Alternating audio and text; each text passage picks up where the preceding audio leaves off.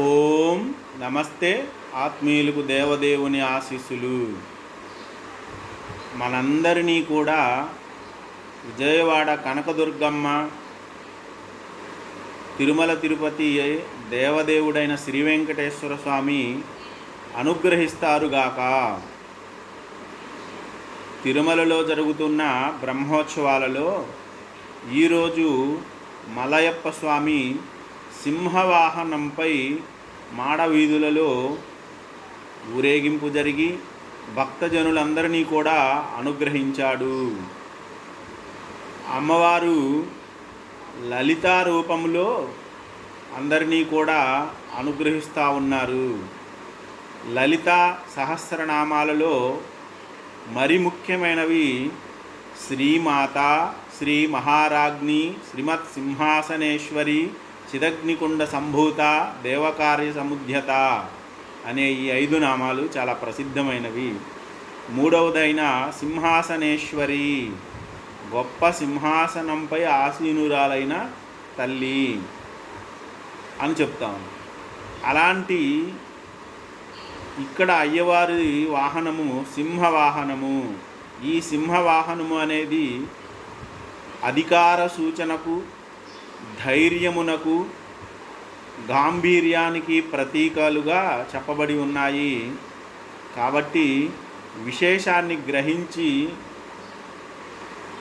భక్తిపూర్వకమైన ఆరాధన జరిపితే నారాయణుడు, ఇటు నారాయణి ఇద్దరూ ఒక్కరై మనల్ని అనుగ్రహిస్తారు అనడంలో ఎలాంటి సందేహము లేదు.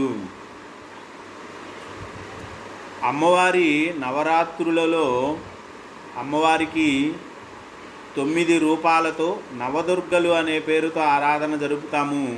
9 విధాలైన అలంకరణలు కూడా చేస్తారు. మొదటి రోజు శైలపుత్రి అనేది రూపమైతే దుర్గాదేవి అలంకరణ. రెండవ రోజు బ్రహ్మచారిణి అనేది రూపమైతే బాలా త్రిపుర సుందరి అలంకరణ జరుగుతోంది. మూడవ రోజు చంద్రఘంట అనేది రూపమైతే గాయత్రీదేవి అలంకరణ ఉంటుంది. నాలుగవ రోజు కూష్మాండ అనేది రూపమైతే అన్నపూర్ణాదేవి అలంకరణ ఉంటుంది. ఐదవ రోజు స్కందమాత అనేది రూపమైతే లలితాదేవి యొక్క అలంకరణ ఉంటుంది. తరువాత రోజు కాత్యాయని రూపము అయితే మహాలక్ష్మీదేవి అలంకరణ ఉంటుంది. ఆ తదుపరి రోజు కాలరాత్రి అనే స్వరూపం ఉంటే అక్కడ సరస్వతీదేవి అలంకరణ ఉంటుంది. తదుపరి రోజు మహాగౌరీ అనే రూపం ఉంటే దుర్గాదేవి అలంకరణ ఉంటుంది. చివరి రోజు సిద్ధిదాత్రి అనేది రూపమైతే మహిషాసుర మర్దని అలంకరణ ఉంటుంది. అమ్మవారి యొక్క నవరాత్రి ఉత్సవాలలో ఉన్న విశేష రూపాలు, ఆయా అలంకరణలు.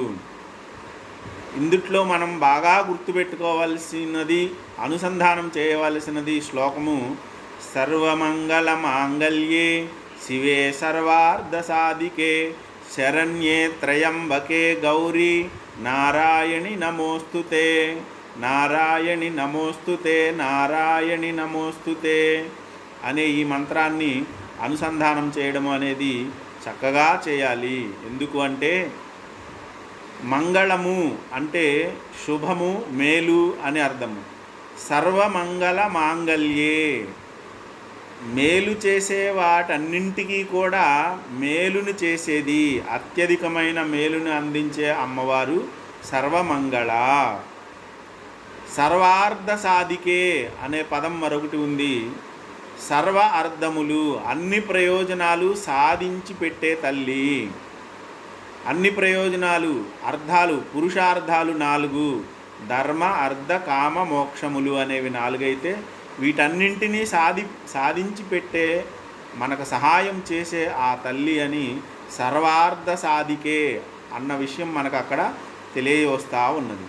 కాబట్టి నవరాత్రుల సందర్భంలోనే కాకుండా మరే సందర్భంలో అయినా అమ్మవారి యొక్క అనుగ్రహం కోసం ఈ శ్లోకాన్ని, ఆ తదుపరి శ్రీమాత, శ్రీ మహారాజ్ఞి, శ్రీమత్ సింహాసనేశ్వరి, చిదగ్నికుండ సంభూత దేవకారి సముద్యత అనే మంత్రాలను అనుసంధానం చేయడము ఎంతైనా అవసరము అని తెలుసుకోవాలి. నారాయణ స్వరూపము నారాయణీ స్వరూపము ఒక్కటే అన్న భావన మనకి అమ్మవారి పేరుల్లో నారాయణి అని ఉన్న నామం ద్వారా తెలియవస్తూ ఉంది. కాబట్టి దేవుడు ఒక్కడే,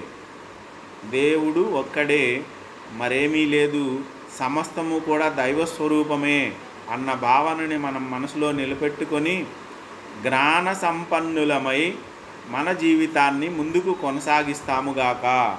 అందరికీ స్వస్తి. ఓం నమస్తే.